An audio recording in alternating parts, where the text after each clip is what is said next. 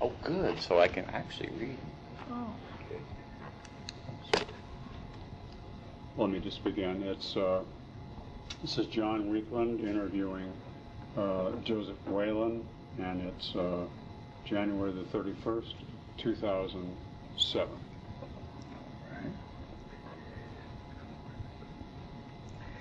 Well, my impressions of Muncie, I came here at the age of 18 years old to go to Ball State. I worked in the flower shop at that time, and of course during that time we had the draft. And I was not going to school full-time, so naturally I was drafted.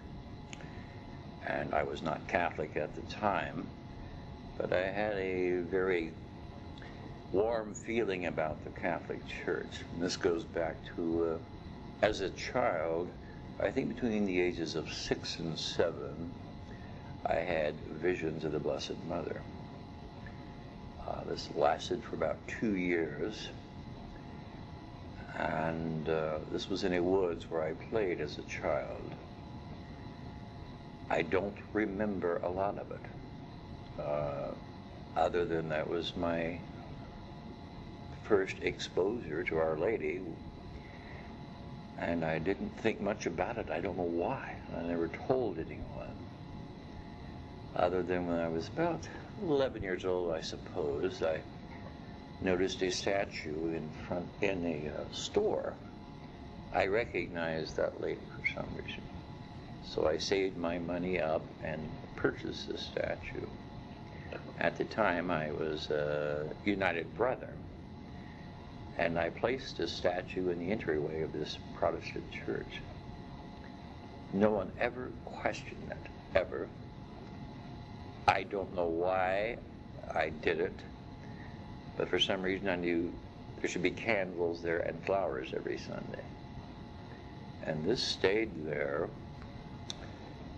up until I left for Muncie when I was 18 years old. So my Catholic life before Muncie was, I was never exposed to it. I don't understand, other than my visions, I think. There's never been a Catholic in my family. I'm it on both sides of my parents' family. I've been in this parish, of course I was a convert at the age of 25 after leaving the army. And I was so impressed by the churches in Europe that they drew me closer to God. There was something about them. And in searching, I did study Catholicism and Buddhism and Judaism. And Catholicism made all the sense in the world. It took care of every need that I had, and I never questioned anything. And I think that's where I learned a great deal about the mysteries of faith, that it's so much easier that I don't have to understand everything, that God has a purpose, and that's very comforting to me. Did you have your instructions here in this parish? I started at, yes, with Father Sear.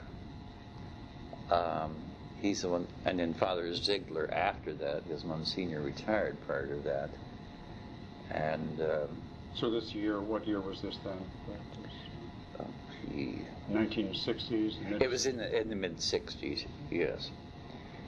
And then luckily I've been very fortunate that Father Grady was pastor here, Father McDonald prior to him. So it's always been a comfort to come here.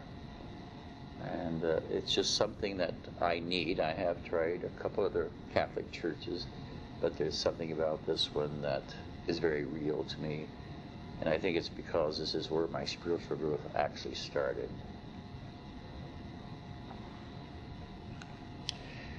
And I think a lot of this, being a part of this parish, I'm very nurtured, but I'm also a very nurturing person. I'm a very sensitive person. And I found this parish gives me the opportunity to nurture myself and to nurture other people too. I have a great desire of giving.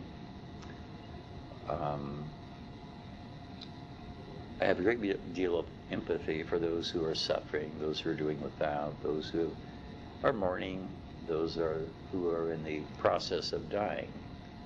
So I've had several spiritual experiences, I like to call them, with the dying. The one I will never forget was with Father Grady. The lady was Italian and her children were not practicing Catholics, so I called the father on a Saturday, and if he would come to anoint this dying lady. She was in a coma, and I met Father at the residence, and he came and gave her the anointing of the sick. And 10 minutes later, after Father had left, the lady woke up out of a coma. And the girl said, "Thought the priest was here." And the mother said, "Yes, I know." She laid back down and died.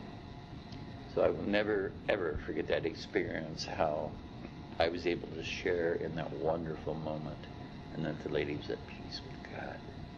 So that was very comforting. See, a lot of my memories of the church, of course, I was not here when we were in the basement, when Monsignor built this church out of, well, it was just almost impossible during the Depression. It should not have happened, but it did. God takes care of those things.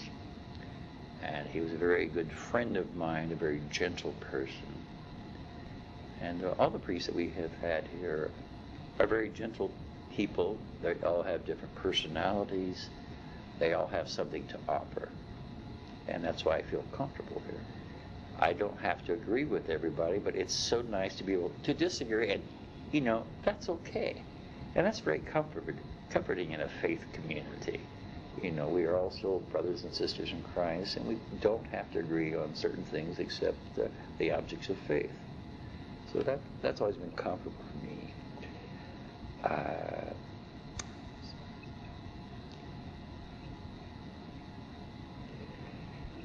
The only problem I have found through the years, and really it's not a problem that I have within myself, it's other people's problems, I call it. I live on a farm south of town, and I call my farm St. Mary's Farm, because she has always been the patron of my life, I think.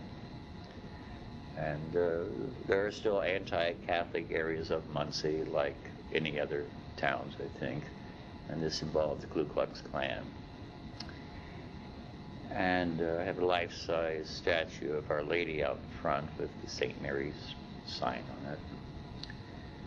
So it was knocked over 8 or 10 times, I guess, in the past 7 years, I think. And I have a crucifix shrine at the end of the drive, and that's been desecrated also. And I can remember what I was going to do to get these people. I thought, well, I'm going to get some barbed wire, the razor wire, and put it around the hedges that surround this. So I go to the store, I can't remember where it was, to purchase wire to make sure they were hurt for doing this to me. I go there, and the lady waited on me and just wanted to know what I was doing with it. I explained the situation to her. And the lady said, "What would Father Grady say about this?" I thought, "Oh, you know Father Grady?" I said, "Okay, you're right. I won't buy the wire." And that was, of course, I don't believe there are coincidences in life. God has his way of speaking even through a sales clerk. But there was a company down the road from me that builds forklifts, and every time they would see the statue down, they would bring the forklift and 6 men to raise the statue up again. And that went on, well, 6 or 8 times, I think. Then I finally did add reinforcements. I think I used 600 or 800 pounds of concrete, and so Our Lady wasn't going anywhere. So that ceased. And I think the last time that something uncomfortable happened to me was a couple years ago. I've had, I guess, 2 crosses burned to my front yard, but I am just not frightened. I just will not give in.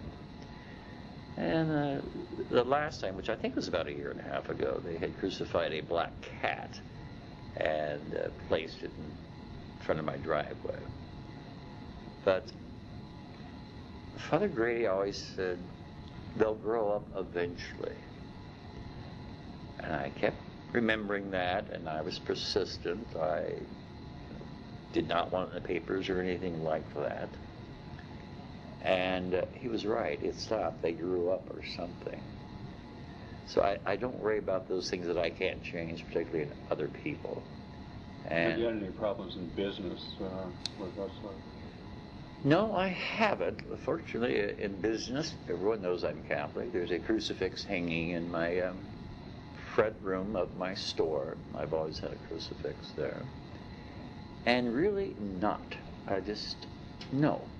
I'm not the type that I will argue religion or tell people that we are right and they are wrong.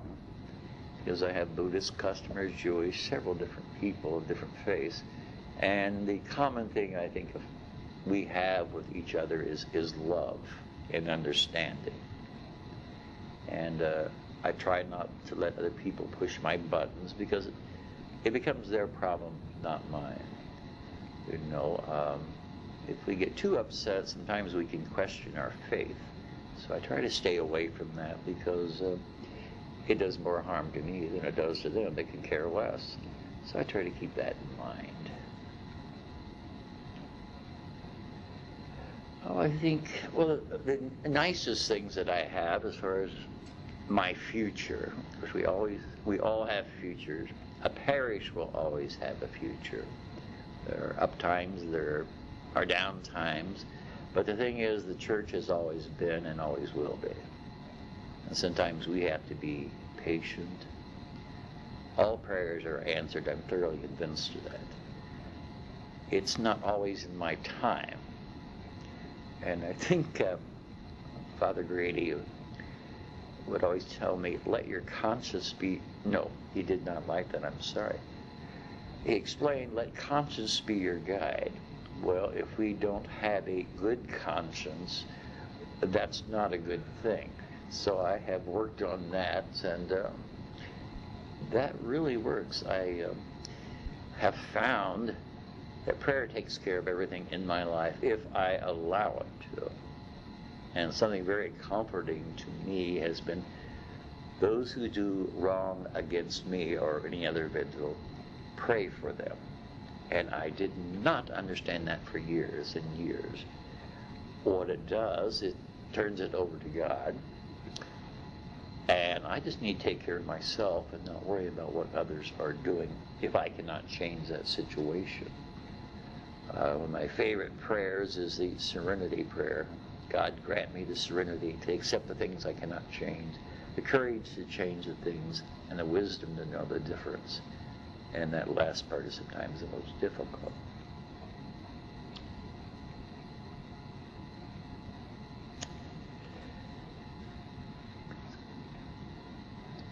I think we live in an exciting time as far as events in the church. I used to think I was a traditionalist, but I did not quite understand what being a traditionalist meant. We are in the process of also creating traditions. They're new. We've never really experienced them, but the early church didn't experience all these things either.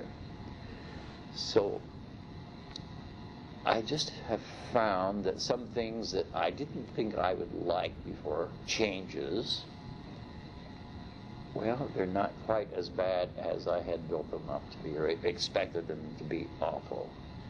And so they become traditions, which last for hundreds of years, what we're doing now. Vatican II made a great deal of difference in that I think we became more community-minded. I have this thing about being religious or being spiritual. And I had no idea until I learned later in life. Religious is an outward sign. And spirituality comes within. And it took me the longest time to understand that spirituality is a movement within ourselves, where just being religious is just an outward sign of what we think inside sometimes. Other times we don't even connect with it.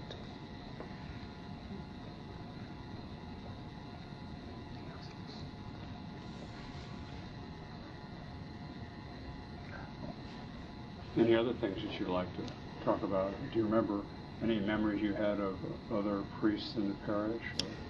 Oh gosh, there were so many priests that we've had at St. Mary's, either as pastor or assistants. There's been something good about all of them. Father Ziegler was a very fine and gentle and kind priest.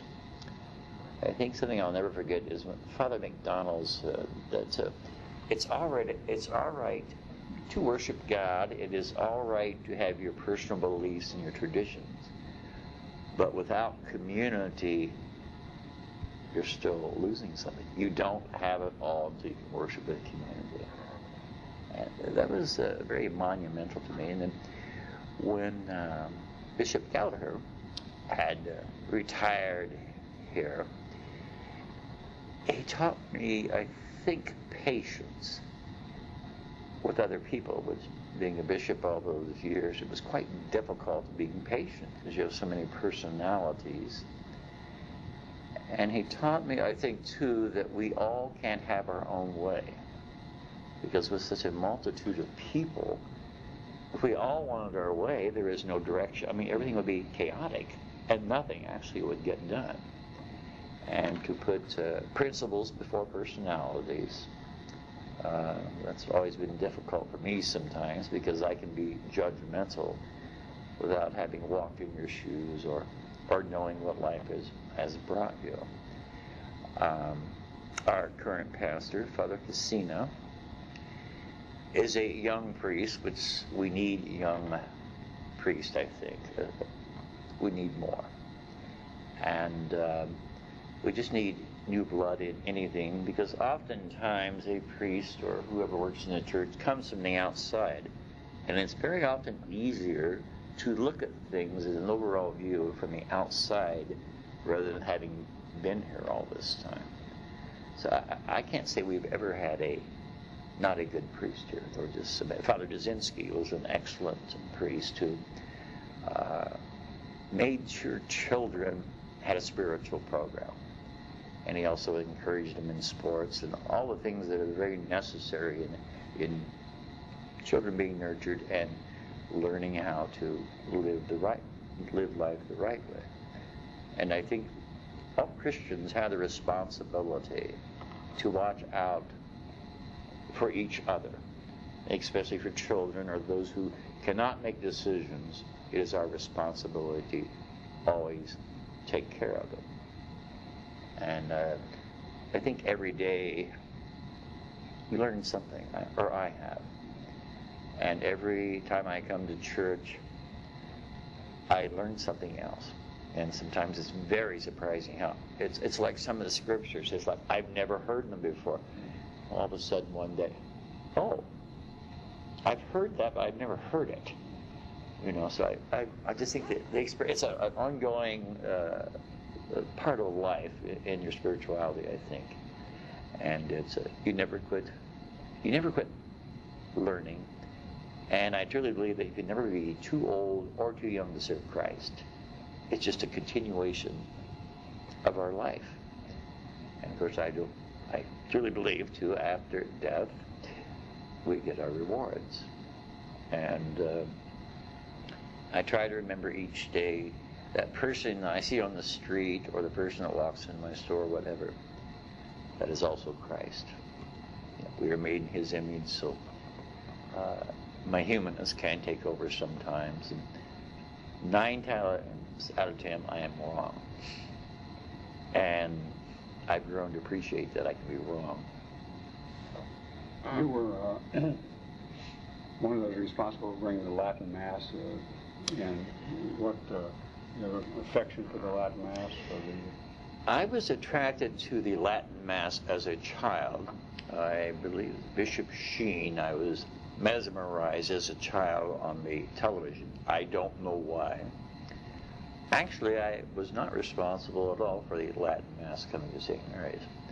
I can't remember, well, there were several people, and it took a few years to be approved. And I think the only time I've been to a Latin Mass is at Monsignor Sears after he retired in his private chapel. I think I was there 3 or 4 times. Of course, I was completely lost. But I went to the first Mass that was at St. Mary's. And they asked for servers or help. I thought, well, my gosh, at my age, I'm too old. I can't possibly be a server.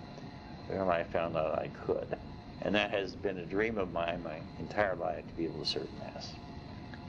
Because I was, too old time. Well, I thought it was. And I find a great deal of pleasure out of that. In the Latin Mass, I understand the vernacular Mass better, and I do not understand that. But I just know that I can now get that same feeling out of vernacular Mass as I do the Latin Mass. So spiritually, they both feed me. And I couldn't do one without the other right now. It's just very comfortable to me.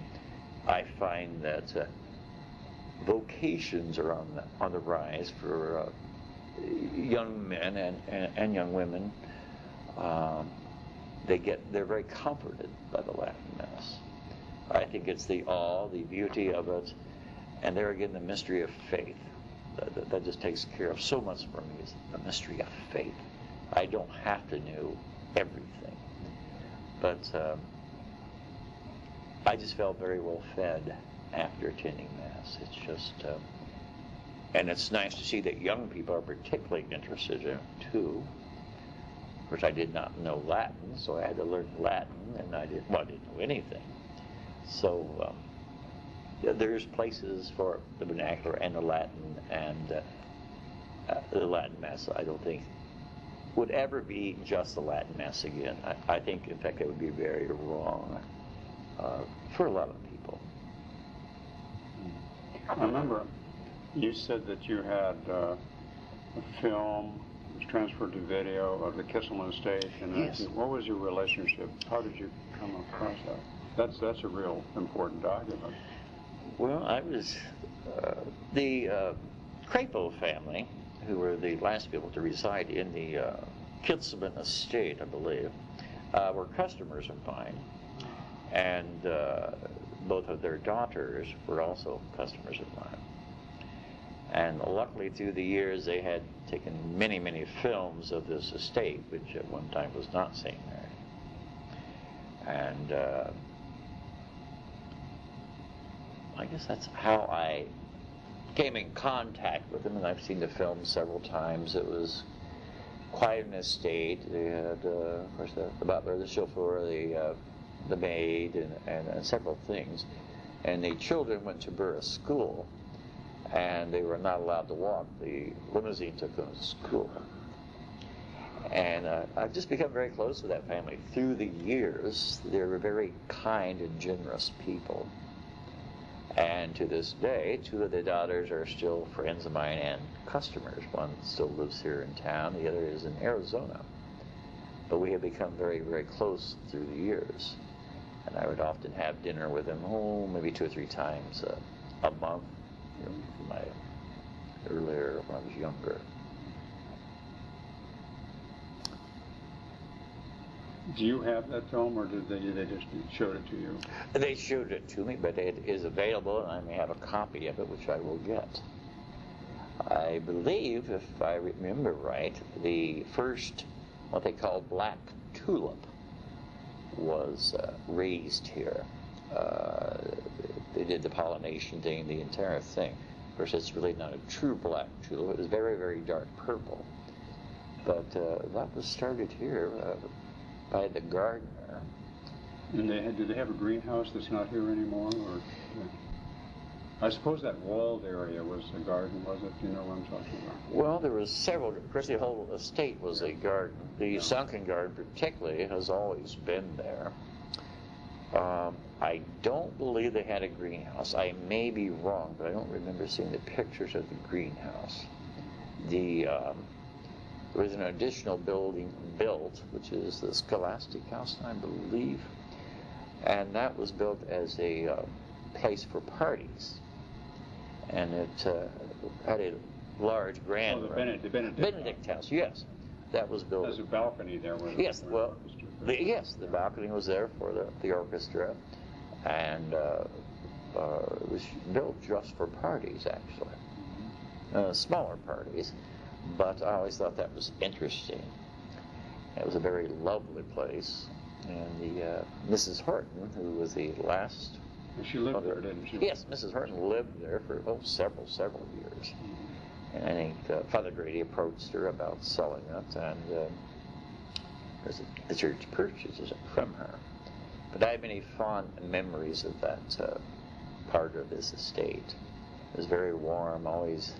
There was just something back. It had an ambiance of going back in time to the gentler times. And she's still living. Is she still alive, Mrs. Horton? Oh, yes. Yeah.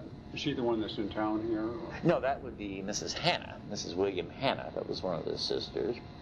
And then Mrs. Horton lives in Arizona, and I think she's about 85 now, I think.